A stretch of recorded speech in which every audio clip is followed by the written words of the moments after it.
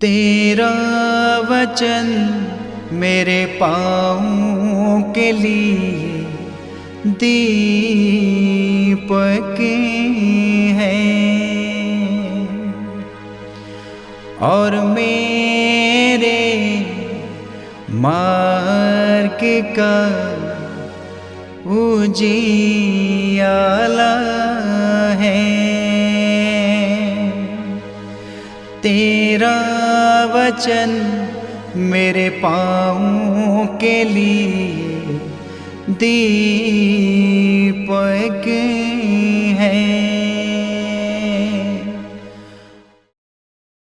पहला पाठ सुक्ति ग्रंथ अध्याय 9 पद संख्या 1 से 6। प्रजा ने अपने लिए एक घर बनाया है, उसने 7 खंबे खड़े कर दिए हैं। उसने अपने जानवरों को मारा, अपनी अंगूरी तैयार की और अपनी मेज सजा दी है। उसने अपने दासियों को भेजा है और नगर की ऊंचाइयों पर यह घोषित किया, जो भोला भाला है वह इधर आ जाए। जो बुद्धिहीन है उससे वह कहती है, आओ मेरी रोटी खा लो और वह अंगूरी पियो जो मैंने तैयार की है। अपनी मूर्खता छोड़ दो और जीते रहोगे। बुद्धिमानी के सीधे मार्ग पर आगे बढ़ते जाओ। ये प्रभु की वाणी है। ईश्वर को धन्यवाद। भजन अनुवाक्य। परख कर देखो कि प्रभु कितना भला है। अनुवाक्य। परख कर देखो कि प्रभु कितना भला है। मैं सदा ही प्रभु को धन्य कहूँगा, मेरा कंठ निरंतर उसकी स्तुति करता रहेगा। मेरी आत्मा प्रभु पर गौरव करेगी, वे नम्र सुनकर आनंदित हो उठेंगे। अनुवाक्य। परख कर देखो कि प्रभु कितना भला है। प्रभु के भक्तों, प्रभु पर श्रद्धा रखो। श्रद्धालु भक्तों को किसी बात की कमी नहीं। शक्तिशाली दरिद्र बनकर भूखे रहते हैं, किंतु प्रभु की खोज में लगने वालों का घर भरा पूरा है। अनुवाक्य। परख कर देखो कि प्रभु कितना भला है। हे मेरे पुत्रों, आओ और मेरी बात सुनो। मैं तुम्हें प्रभु की श्रद्धा सिखाऊंगा। तुम में से कौन भरपूर जीवन, लंबी आयु और सुख शांति चाहता है। अनुवाक्य। परख कर देखो कि प्रभु कितना भला है। तो तुम ना तो अपनी जीभ को बुराई बोलने दो और ना अपने ओंठों को कपटपूर्ण बातें। बुराई से दूर रहो, भलाई करो और शांति के मार्ग पर आगे बढ़ते जाओ। अनुवाक्य। परख कर देखो कि प्रभु कितना भला है। दूसरा पाठ एफेसियों के नाम संत पौलुस का पत्र अध्याय 5 पद संख्या 15 से 20 तक। प्रभु की इच्छा क्या है उसे पहचान लीजिए। अपने आचरण का पूरा पूरा ध्यान रखिए। मूर्खों की तरह नहीं बल्कि बुद्धिमानी की तरह चलकर वर्तमान समय से पूरा लाभ उठाइए, क्योंकि ये दिन बुरे हैं। आप लोग नासमझ न बनिए, परंतु प्रभु की इच्छा क्या है उसे पहचानिए।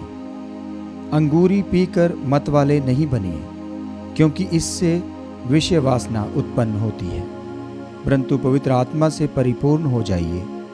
मिलकर भजन, स्तोत्र और आध्यात्मिक गीत गाइए। पूरे हृदय से प्रभु के आदर में गाते बजाते रहिए।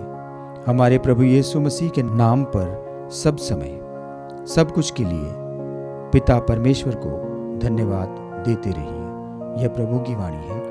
ईश्वर को धन्यवाद। जय घोष। हालेलुया। अनुवाक्य। हालेलुया। हे प्रभु, तेरी शिक्षा ही सत्य है, हमें सत्य की सेवा में समर्पित कर। अनुवाक्य। हालेलुया।